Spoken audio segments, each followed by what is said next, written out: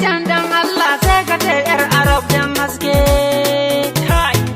Kila dai ba kuwa aka samu na ji kamshin cire dan wake. Me gida ka ga kanwata nan wacce nake ta doki kullum. Ai na baka labarin ta yau Allah ya yi nufi ta bullo. Ina yini Lafiya yan mata ya gida ya zuwa makaranta. Ai sawu bakwai a garin kwalla bai sa kan ga kyakkyawa ba.